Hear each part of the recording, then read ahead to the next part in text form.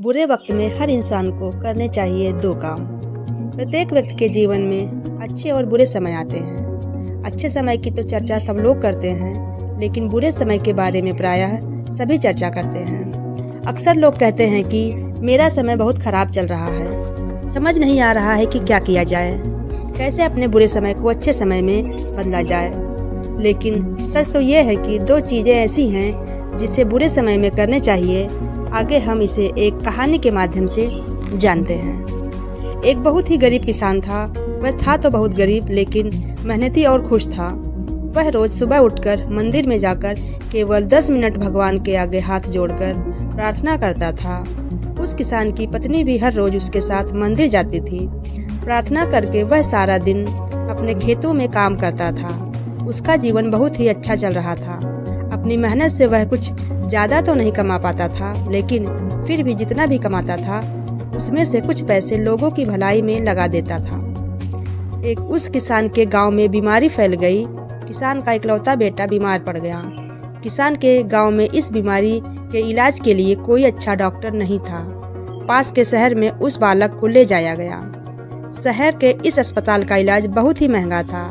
उस बेचारे किसान के लिए अस्पताल और डॉक्टर का खर्चा आदि दे पाना बहुत ही मुश्किल था। किसान दिन प्रतिदिन हिम्मत हारता जा रहा था। एक दिन अस्पताल में बैठे बैठे वह इतना हताश हो गया कि वो जोर जोर से रोने लगा। साथ ही कहने लगा, पता नहीं किस चीज़ का बदला भगवान मुझसे ले रहे हैं। कभी वह खुद को कोसता तो कभी भगवान को, लेकिन किसान की पत्नी को भगवान पर अटूट विश्वास था। लेकिन किसान को आशा की कोई किरण नजर नहीं आ रही थी। अस्पताल के कुछ दूरी पर ही मंदिर था। किसान की पत्नी हर रोज उस मंदिर में प्रार्थना करने जाती थी, लेकिन किसान का मन प्रार्थना करने का नहीं करता था।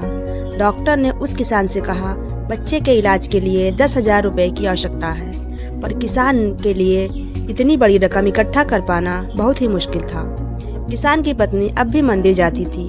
वह भगवान के आगे हाथ जोड़कर प्रार्थना करती थी कि उसका पुत्र जल्द से जल्द ठीक हो जाए। एक दिन मंदिर में एक सेठ आया। उसने किसान की पत्नी को कहा कि उसने किसान की बात उस दिन अस्पताल में सुनी थी। सेठ को बातों ही बातों में पता चला कि किसान को 10,000 रुपए की जरूरत है। इस पर सेठ ने अपनी जेब से 10,000 निकाल कर देते हुए बोला कि उसके पास इतने रुपए ही हैं। साथ ही सेठ ने कागज पर अपना पता लिखते हुए कहा, अगर उनको और पैसों की आवश्यकता हो तो बेहिचक मांग लें। महिला ने उत्तर दिया, इस कागज की कोई आवश्यकता नहीं है। वो जानती है कि ये पैसे उसको किसने भिजवाए हैं। जिसने उसे ये पैसे दिए हैं वह परमात्मा उसका हमेशा ख्याल रखेंगे। इसे कहते हैं अटूट विश्वास। ये सबसे ज़रूरी चीज़ है जिसे हम अक्सर खो देते हैं। वीडियो देखने के लिए आपका बहुत बहुत धन्यवाद।